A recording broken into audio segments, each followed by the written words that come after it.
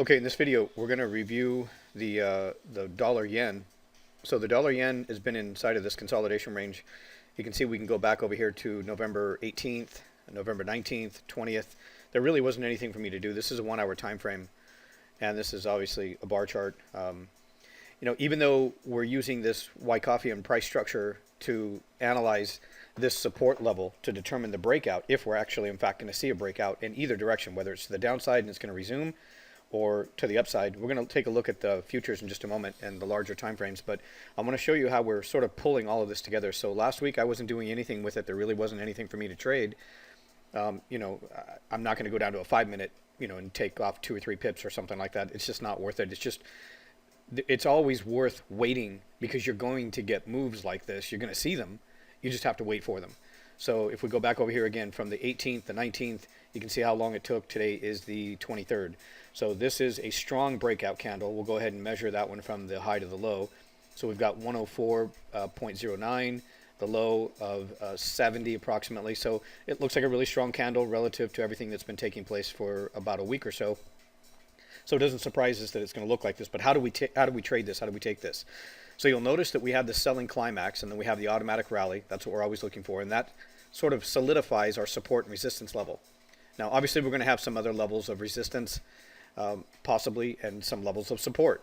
But this is the first place that we're going to be looking for possible breakouts and up thrusts that fail and moves to the downside, sort of spring action. Now, this one didn't give us a spring. It didn't pop down below support.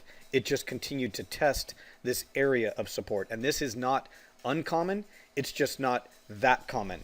That's the only thing you need to be thinking about. You need to remember that these different patterns that we look at these areas of accumulation where there isn't a spring, so it does not have to pop below or poke below the support and then turn around and push right back up. It doesn't have to do that to create a move like this. This would be sort of the second pattern that we would be looking for. It's a move without the spring actually there. It remains inside of this B phase in a really choppy, tight range of consolidation, excluding this move right here. This was just kind of out of the ordinary. But you can see how it doesn't really surprise us that we wouldn't see something like this, considering what took place last week on the 19th. So again, you have to keep that in mind and keep watching these levels. I've got a price alert at resistance, price alert at support. If it pokes down through support and then turns around, I want to be notified to see if I can see weakness, some kind of divergence to confirm that spike and that spring. Now, the other reason that I want to put together this video is to remind you of a few things. So remember, there's a couple of different patterns that we're looking for to confirm a range like this. It does not have to show some kind of thrust to the downside that fails. It could just be multiple tests. That's the first thing. The second thing I want to show you is the count to 60, which was the target. And I want to show you where I came up with that count. So at this point, once we start to see things start to accelerate right here, we can go to the futures chart. So this is the Japanese yen futures. Again, that range of consolidation. It's testing the levels of resistance. Now, this is in the opposite direction, because this is just Japanese yen futures. So when we see price moving to the downside, it's yen weakness. If we go back over here to this bar chart, this is the dollar yen. So yen weakness would mean price is going to be moving up. That's dollar strength. So if you also look at the dollar chart today, it was in a downtrend at the beginning, and then it turned around and just went positive and really exploded to the upside, and it kind of followed along with everything that was going on here. But you don't really necessarily need to look at the dollar. You can just use that as multiple forms of confirmation. So again, going back over here to the futures chart. So again, we see this range of consolidation. So it's pretty flat in here. Nothing really happening with volume. And then all of a sudden, we've got this one candle right here, and we see volume start to pick back up again. And now I'm using another version of the volume indicator. This is volume average, the top one. The second one, the bottom one, the indicator right there. It's the same thing. It just normalizes everything, and it makes it a lot more obvious, because I say very often volume can be pretty tricky if you're not reading it correctly. It can be a tricky indicator to use. You've got to use it correctly.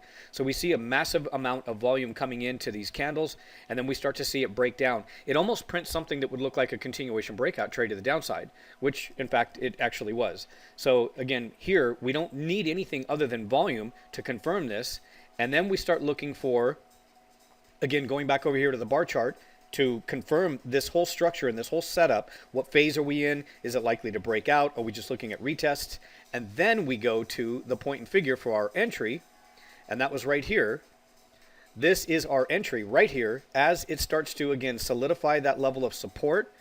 The entry was right here at 87.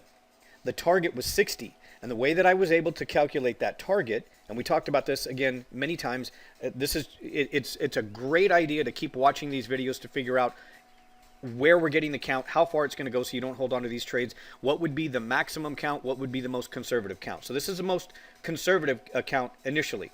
This is the first one. So again, on the breakout, you see this 1, 2, 3, 4. We talk about double tops, double bottoms, triple tops, triple bottoms. This, obviously, we've got 4 columns that solidify this area of resistance. Another retest right here, and it turns around. And from that point, with this column where it starts to break out above and give us our entry, that's 1 column, 2 columns, 3 columns, 4 columns, 5, 6, 7, 8, 9, 10. 11, 12, 13, 14, 15, 16. You can go all the way back. So that would be on an extreme level. But what I was doing was counting as a conservative account the area of resistance right here that I wanted to trade off of. Now there is another level right here. There's a double top right here. Then there's a single one here.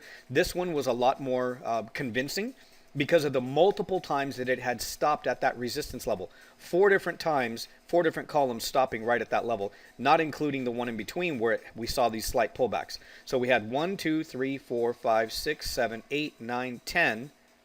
This created the 10th column with this area of resistance. This is going to be a conservative approach. And based on that number and the way I constructed the charts up here, 3 times 3, that gave me a projected target of 60 exactly.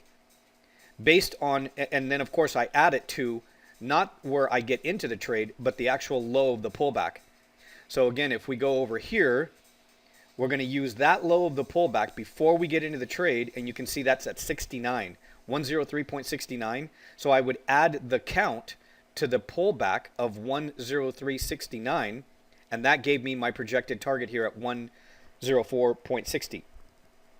That's it. At this point, there may be another opportunity if it pulls back and creates another range up here, and then it breaks out to the upside, and we would use a further count. We would use something that would look like this, from with this column here that we actually entered into the trade and where it actually stopped. This is a pretty significant column, so we could measure the number of columns from the entry to this column right here, and that would give us a further projected target, but we want to lock in profits at the first conservative projected target. That's how we're using the point and figure.